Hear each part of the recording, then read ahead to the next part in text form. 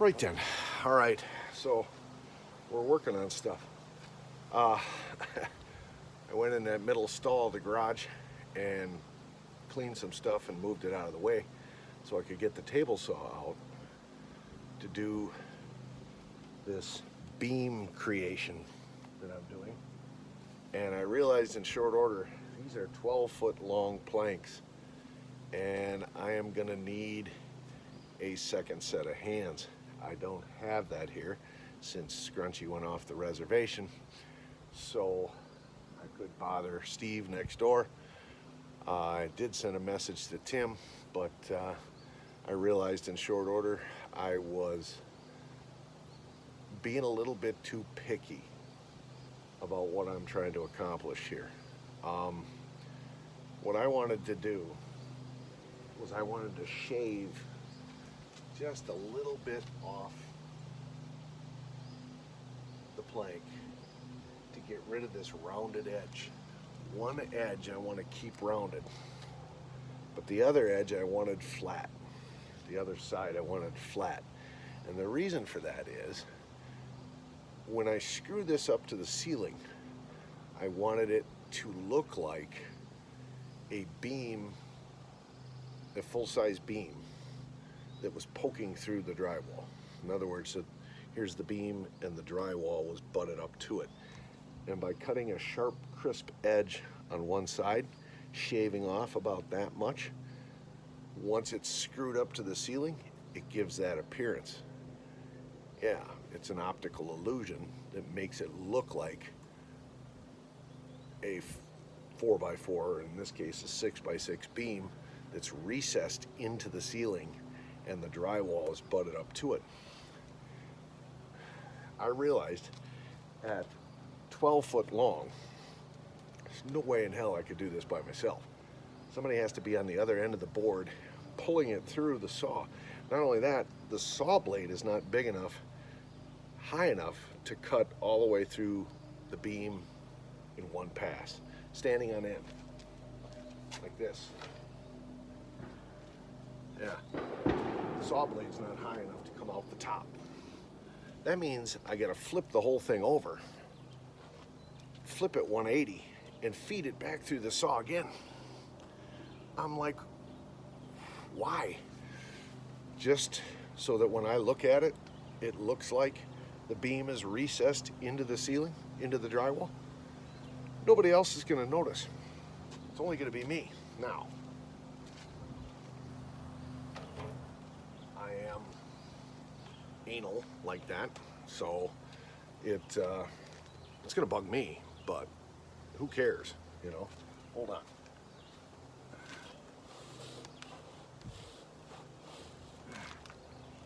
Had an itch on my back. I had to do the old bear scratch against a tree method there. So it's just gonna be me looking at it and going, "Meh. It looks like a 2x6 screwed to the ceiling." I don't think anybody else is, well, now everybody knows. But yeah, I have so much work I have to do on these beams to create them in the first place. I don't need to make more work just for a tiny little aesthetic thing.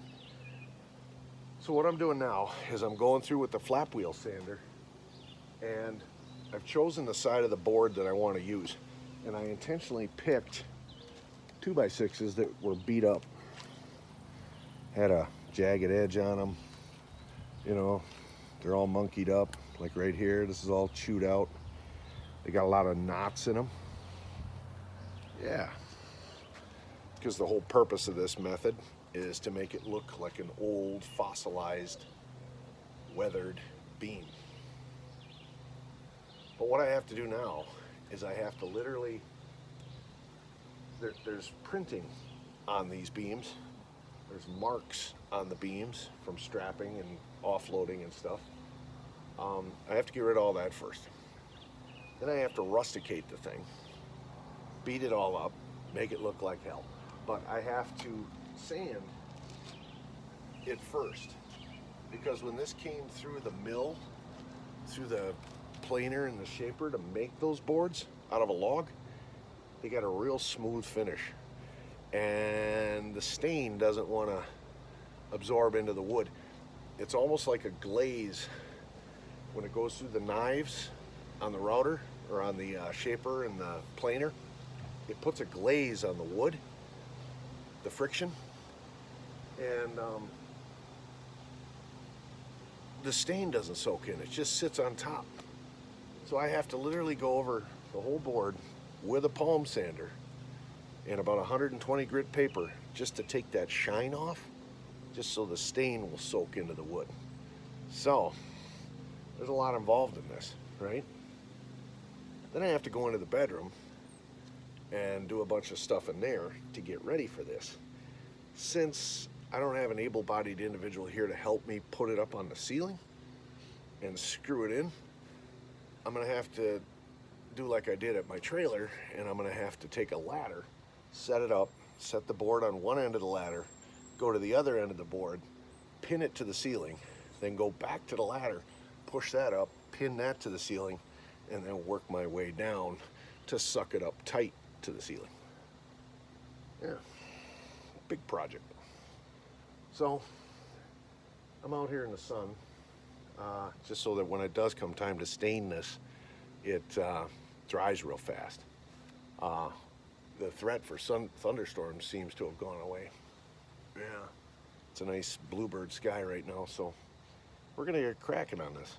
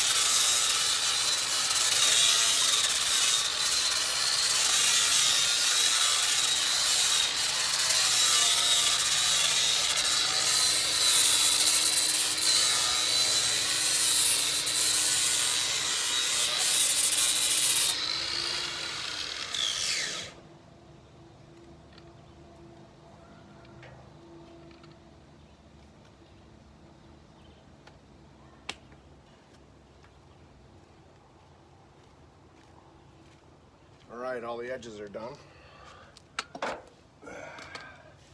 So now what we do is we get a variety of tools like a crowbar, a big hammer, stuff like that, and we pound on the flat part of the board to put divots and chunks and stuff in it, and that'll give it an old weathered look.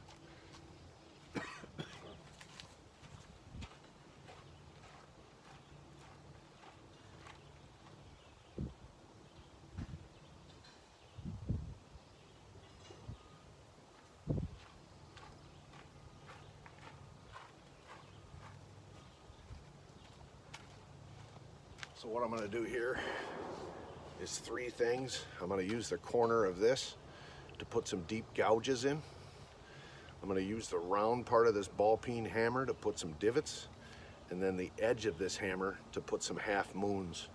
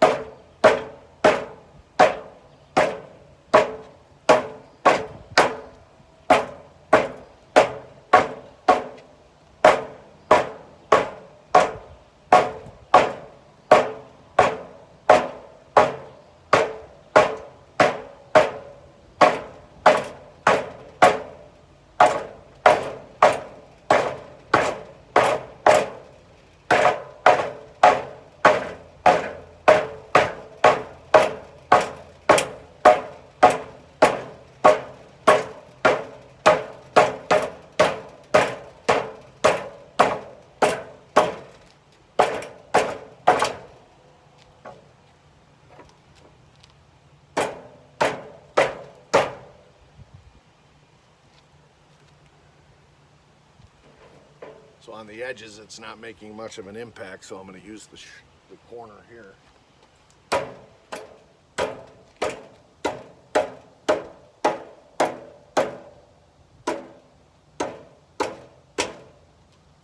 And random patterns.